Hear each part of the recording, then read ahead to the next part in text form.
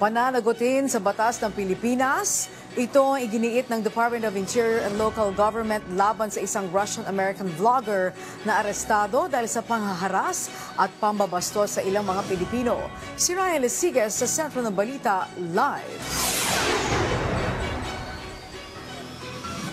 Angelique, sinupalpal nga ni DILG Secretary John Vic Remulla ang Russian-American vlogger na si Vitaly Surovetsky matapos sabihin nito na fake news yung mga kasong ibinibintang laban sa kanya. Ang pamahalaan, Angelique, tiniyak na pananagutin si Surovetsky dahil sa kanyang pangbabastos sa ating mga kababayan.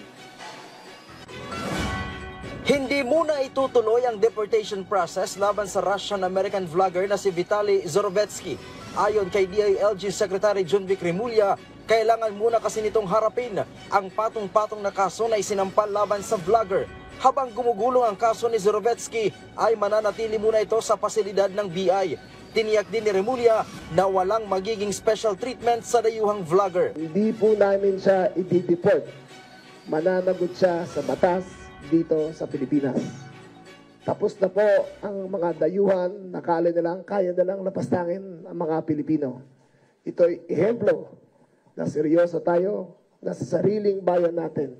Hindi tayo magpapabasa sa kanila. Nitong nakarang linggo nang arestuhin ng Criminal Investigation and Detection Group sa isang hotel sa Pasay City matapos mag-viral sa ginagawang pananakit at pambabastos sa mga Pilipino bilang content sa kanyang vlog. Kabilang sa ginawa ni Surovetsky ay ang paghaharas sa isang babae sa Taguig at pananakot na nanakawan. Ganon din ang paghampas at pagkuha sa sombrero ng isang security guard na humaharang sa kanya. Meron ding restaurant na kinuhanan nito ng electric fan at inuwi sa hotel na kanyang tinutuluyan. Ang tawag dyan, content. Content. Pinapakita niya pagka niya para pagkakitaan. Nauna nang sinabi ng Bureau of Immigration na gulo ang dala ni Surovetsky sa bansa, kaya dapat na itong i-deport pabalik sa kanyang bansa. Marso 26 nang dumating sa bansa ang vlogger. Idiniklara na rin siyang undesirable alien ng BI. Samantala, kasong illegal arrest, robbery, serious illegal detention at kidnapping ang isinampa ng PNP laban sa 8 miyembro ng District Special Operation Unit ng Eastern Police District. Sabi ni Police Brigadier General Rogelio Peñones Jr., ang Acting Deputy Regional Director for Administration ng NCRPO, na inquest na ang 8 pulis nung Sabado. Sa ngayon, aniya, ay nakakulong na ang mga ito sa Las Piñas City Police Station Custodial Facility. Gayunpaman, inamin ng opisyal na hinahanap pa nila ang police major na team leader ng mga ito na siyang pumirma sa operasyon. Bagamat hindi kasama sa mismong operasyon, dawit naman ito sa criminal case kaya't pinaghahanap ito ng mga otoridad. Naniniwala po kami na pag nanakaw talaga yun, dahil yung snare nilang warrant, guys lang talaga yun, disguise lang yun para ma-justify yung presence nila.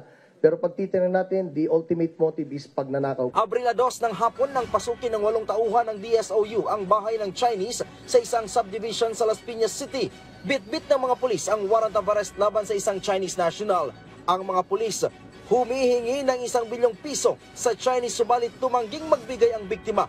Dahilan para ransakin ng mga ito ang vault at kuhanin ang mga pera at mamahaling alahas na nagkakahalaga ng 85 million pesos. Napag-alaman na ibang tao ang target ng warrant at hindi ang hinuli ng mga ito. Angelique, bagamat tiniyak nga ni DILG Secretary Remulla na matitikman nito yung batas ng bansa matapos yung kanyang ginawang mga paglabag, tiniyak din ng kalihim na ibibigay yung karapatang pantao na nararapat kay Surovetsky or sa kung sino mang isang akusado. Ang palasyo naman, Angelique, sinabing yung pagsasampa ng kaso laban kay Surovetsky ay patunay sa usapin ng pagpapanagot sa sino mang lumalabag sa batas ng bansa. Angelique. Yes, okay. Interesting lang, Ryan, na sabihin niyang fake news ito, maraming nakapanood, hindi ba? So, paano kaya madedepensahan, Ryan?